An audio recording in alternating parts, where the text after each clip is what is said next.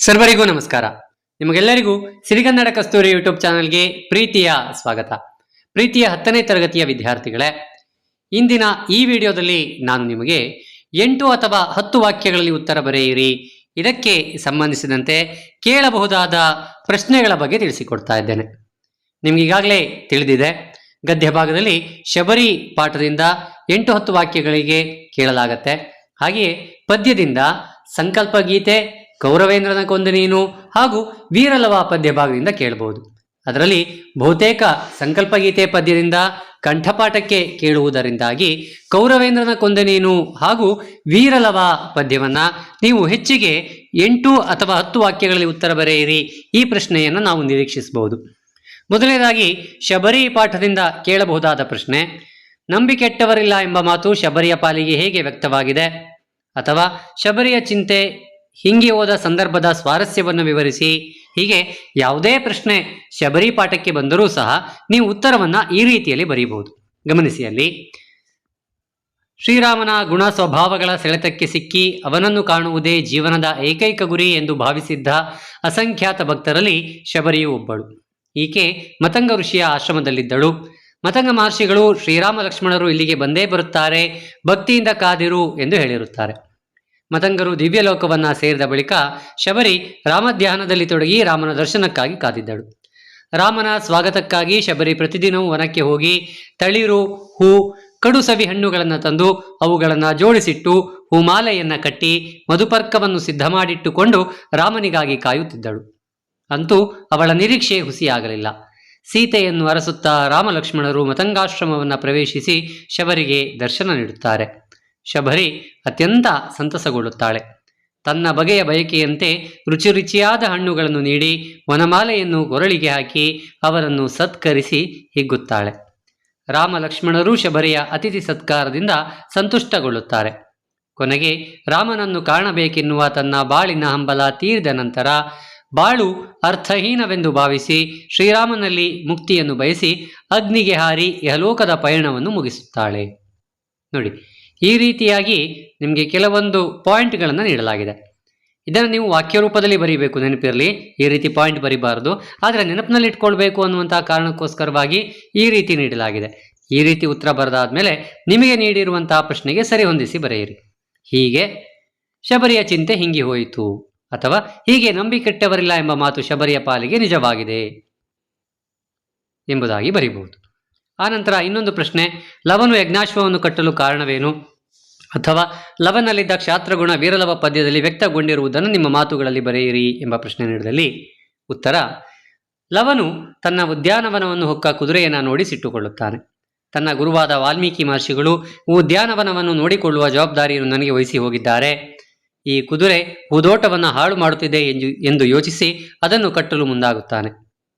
ಕುದುರೆಯ ಹಣೆಪಟ್ಟಿಯಲ್ಲಿದ್ದ ಪಟ್ಟಿಯಲ್ಲಿ ಈ ಭೂಮಿಯಲ್ಲಿ ಕೌಸಲ್ಯ ಮಗನಾದ ಶ್ರೀರಾಮನೊಬ್ಬನೇ ವೀರ, ಅವನ ಯಜ್ಞದ ಕುದುರೆ ಇದು, ಇದನ್ನು ಎದುರಿಸುವ ಸಮರ್ಥರು ಯಾರಾದರೂ ಇದ್ದರೆ ಈ ಕುದುರೆಯನ್ನು ತಡೆಯಿರಿ ಎಂದು ಬರೆದಿದ್ದನ್ನು ನೋಡಿ ಲವನು ರಾಮನ ಗರ್ಭವನ್ನು ಬಿಡಿಸದಿದ್ದರೆ ತನ್ನ ತಾಯಿಯನ್ನು ಎಲ್ಲರೂ ಬಂಜ ಎಂದು ಕರೆಯುವುದಿಲ್ಲವೇ? ಅಲ್ಲದೆ ನನ್ನ ತೋಳುಗಳಿದ್ದೂ ಏನು ಪ್ರಯೋಜನ ಎಂದು ಯೋಚಿಸುತ್ತಾನೆ. ರಾಮನ ಅಹಂಕಾರವನ್ನು ಬಿಡಿಸುತ್ತೇನೆಂದು ಪ್ರತಿಜ್ಞೆಯನ್ನು ಮಾಡಿ ತನ್ನ ಉತ್ತರೀಯವನ್ನು ಹೊಸೆದು ಅದನ್ನು ಕುದುರೆಯ ಕೊರಳಿಗೆ ಬಿಗಿದು ಬಾಳೆಯ ಗಿಡಕ್ಕೆ ಕಟ್ಟುತ್ತಾನೆ.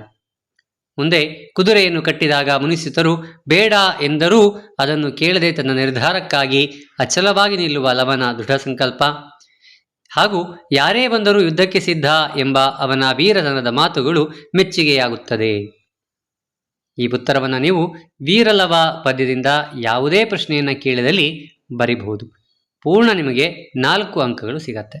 ಹಾಗೆಯೇ ಕೌರವೇಂದ್ರನ ಕೊಂದ ನೀನು ಪದ್ಯದಿಂದ ಕೇಳಿದರೆ ಪಾಂಡವರ ರಕ್ಷಣೆಗೆ ನಿಂತ ಶ್ರೀಕೃಷ್ಣನು ಕರ್ಣನಿಗೆ ಒಡ್ಡಿದ ಆಮಿಷಗಳನ್ನು ಸಂಗ್ರಹಿಸಿ ಬರೆಯಿರಿ. ಶ್ರೀಕೃಷ್ಣನು ಕರ್ಣನಿಗೆ ಕುಂತಿ ಪಡೆದ 5 ಮಂತ್ರಗಳಲ್ಲಿ ಮೊದಲನೆಯವನು ನೀನು ಎಂದು ಹೇಳಿ ಅವನ ಜನ್ಮ ವೃತ್ತಾಂತವನ್ನು ತಿಳಿಸುತ್ತಾನೆ. ಕೃಷ್ಣನು ಕರ್ಣನಿಗೆ ಆಮಿಷಗಳನ್ನು ಒಡ್ಡುತ್ತಾ ನಿನ್ನನ್ನು ಹಸ್ತಿನಾವತಿ ರಾಜ್ಯದ ರಾಜನನ್ನಾಗಿ ಮಾಡುವೆನು, ಪಾಂಡವರು ಕೌರವರು ನಿನ್ನ ಗದ್ದುಗೆಯನ್ನು ಒಪ್ಪುತ್ತಾರೆ, ಈ 2 ಸಂತತಿಯವರು ನಿನಗೆ ಸೇವಕರಾಗಿರುತ್ತಾರೆ, ಇಂತಹ ಅವಕಾಶವನ್ನು ಬಿಟ್ಟು ದುರ್ಯೋಧನನ ಎಂಜಲಿಗೆ ಕೈಚಾಚುವುದು ಸರಿಯೇ ಹೇಳು ಎಂದು ಹೇಳುತ್ತಾನೆ. ನೀನು ರಾಜನಾಗಿ ಸಿಂಹಾಸನದಲ್ಲಿ ಕುಳಿತಿರುವಾಗ ನಿನ್ನ ಎಡಬದಿಯಲ್ಲಿ ಕೌರವರ ಗುಂಪು, ಬಲಭಾಗದಲ್ಲಿ ಪಾಂಡವರ ಗುಂಪು, ಎದುರಿಗೆ ಮಾದ್ರ, ಮಾಗಧ, ಯಾದವ ಮುಂತಾದ ಪ್ರಮುಖ ರಾಜವಂಶಗಳು ಇರುತ್ತವೆ. ಇವೆಲ್ಲದರ ನಡುವೆ ರಾಜಸಭೆಯಲ್ಲಿ ನೀನು ಶೋಭಿಸುವ ಅತ್ಯಂತ ವೈಭೋಗ ನಿನ್ನದಾಗಿರುತ್ತದೆ. ಇದನ್ನು ಬಿಟ್ಟು ಕುರುಪತಿಯಾದ ದುರ್ಯೋಧನನು ಹೇಳಿದಾಗ, ಸ್ವಾಮಿ, ತಮ್ಮ ಪ್ರಸಾದ ಎಂದು ಒಪ್ಪಿಕೊಳ್ಳುವ ಕಷ್ಟ ನಿನಗೆ ಏಕೆ ಬೇಕು, ಯೋಚಿಸಿ ನೋಡು ಎಂದು ಹೇಳುತ್ತಾನೆ. ಹೀಗೆ ಶ್ರೀಕೃಷ್ಣನು ಕರ್ಣನಿಗೆ ಆಮಿಷಗಳನ್ನು ಒಡ್ಡುತ್ತಾನೆ. ಈ ರೀತಿಯಾಗಿ ನೀವು ಕೌರವೇಂದ್ರನ ಕೊಂದೆ ನೀನು ಪಾಠದ ಪ್ರಶ್ನೆಗೆ ಉತ್ತರವನ್ನು ಬರೀಬಹುದು. ಇನ್ನು ಸಂಕಲ್ಪಗೀತೆ ಪದ್ಯದಿಂದ ಇದು ಬಹುತೇಕ ಕಂಠಪಾಠಕ್ಕೆ ಕೇಳಬಹುದು, ಆದರೆ 7-8 ವಾಕ್ಯಕ್ಕೆ ಕೇಳಬಾರದೆಂಬುದಾಗಿಲ್ಲ. ಹಾಗಾಗಿ ಕೇಳಿದಲ್ಲಿ ನೀವು ಉತ್ತರವನ್ನು ಹೇಗೆ ಬರೀಬೇಕು? ಸಂಕಲ್ಪ ಮತ್ತು ಅನುಷ್ಠಾನದ ಕುರಿತು ಕವಿ GS ರುದ್ರಪ್ಪನವರ ಅಭಿಪ್ರಾಯ, ಅಥವಾ ಜೀವನದಲ್ಲಿರಬೇಕಾದ ಧನಾತ್ಮಕ ಭಾವನೆ ಹಾಗೂ ದೃಢ ಸಂಕಲ್ಪದ ಮಹತ್ವವನ್ನು ಸಂಕಲ್ಪಗೀತೆ ಕವನದಲ್ಲಿ ಹೇಗೆ ವ್ಯಕ್ತಪಡಿಸಿದ್ದಾರೆ ಎಂಬ ಪ್ರಶ್ನೆ ಕೇಳಿದಲ್ಲಿ ಕವಿ GS ಶಿವರುದ್ರಪ್ಪ ಅವರು, ನಾವು ಜೀವನದಲ್ಲಿ ಧನಾತ್ಮಕ ಭಾವನೆ ಹಾಗೂ ಮನದಲ್ಲಿ ದೃಢ ಸಂಕಲ್ಪವನ್ನು ಹೊಂದಿರಬೇಕು. ಯಾವುದೇ ರೀತಿಯ ಸವಾಲುಗಳು ಎದುರಾದಾಗಲೂ ಆತ್ಮವಿಶ್ವಾಸದ ಸಂಕಲ್ಪನಿಷ್ಠೆಯಿಂದ ಕ್ರಿಯಾಶೀಲರಾದಾಗ ಯಶಸ್ಸು ಲಭಿಸುತ್ತದೆ. ಭಯ ಮತ್ತು ಅನುಮಾನ ಆವರಿಸಿರುವ ಸಮಾಜವನ್ನು ದೃಢನಿಷ್ಠೆಯಿಂದ ಸ್ವಾಸ್ಥ್ಯದ ನೆಲೆಯಾಗಿಸುವ ಹಣತೆ ಹಚ್ಚಿ ಕತ್ತಲೆಯನ್ನು ದೂರ ಮಾಡುವ ಸಂಕಲ್ಪ ಮಾಡಬೇಕು. ಕಲುಷಿತ ಸಮಾಜವನ್ನು ಶುದ್ಧವಾಗಿಸಲು ಮುಂಗಾರಿನ ಮಳೆಯಾಗುವ, ಬರಡಾಗಿರುವ ಸಮಾಜಕ್ಕೆ ವಸಂತವಾಗುವ ಸಂಕಲ್ಪವನ್ನು ಕೈಗೊಳ್ಳಬೇಕು. ಬಿದ್ದು ಹೋಗಿರುವ ಪ್ರೀತಿ, ವಿಶ್ವಾಸ, ಸೌಹಾರ್ದತೆಯನ್ನು ಪುನಃ ಮೇಲೆಬ್ಬಿಸಿ ನಿಲ್ಲಿಸಿ ಜನರ ನಡುವೆ ಹೊಸ ಭರವಸೆಯನ್ನು ಮೂಡಿಸುವ, ಮನುಷ್ಯರ ನಡುವಿನ ಜಾತಿ, ಮತ, ಧರ್ಮಗಳೆಂಬ ಅಡ್ಡಗೋಡೆಯನ್ನು ಕೆಡವಿ ಸೇತುವೆಯಾಗಬೇಕು. ಮತಗಳೆಲ್ಲವೂ ನಾವು ಬದುಕಲು ಇರುವ ಮಾರ್ಗವೆಂಬ ಎಚ್ಚರಿಕೆಯಲ್ಲಿ, ಭಯ, ಸಂಶಯ ತುಂಬಿದ ಕಣ್ಣುಗಳಲ್ಲಿ ನಾಳಿನ ಕನಸನ್ನು ಬಿತ್ತುವ ಸಂಕಲ್ಪ ಕೈಗೊಳ್ಳಬೇಕು ಎಂದಿದ್ದಾರೆ. ಪ್ರೀತಿಯ ವಿದ್ಯಾರ್ಥಿಗಳೇ, ಹೀಗೆ ಈ 3 ಪದ್ಯ ಹಾಗೂ ಶಬರಿ ಪಾಠ ಇಷ್ಟಕ್ಕೆ ನೀವು 7-8 ವಾಕ್ಯ ಉತ್ತರವನ್ನು ಬರೆಯುವುದು ಕಲಿತುಕೊಂಡಲ್ಲಿ ಪೂರ್ಣ ನಿಮಗೆ 8 ಅಂಕಗಳು ಲಭಿಸುತ್ತೆ. ಶುಭವಾಗಲಿ. ಧನ್ಯವಾದಗಳು.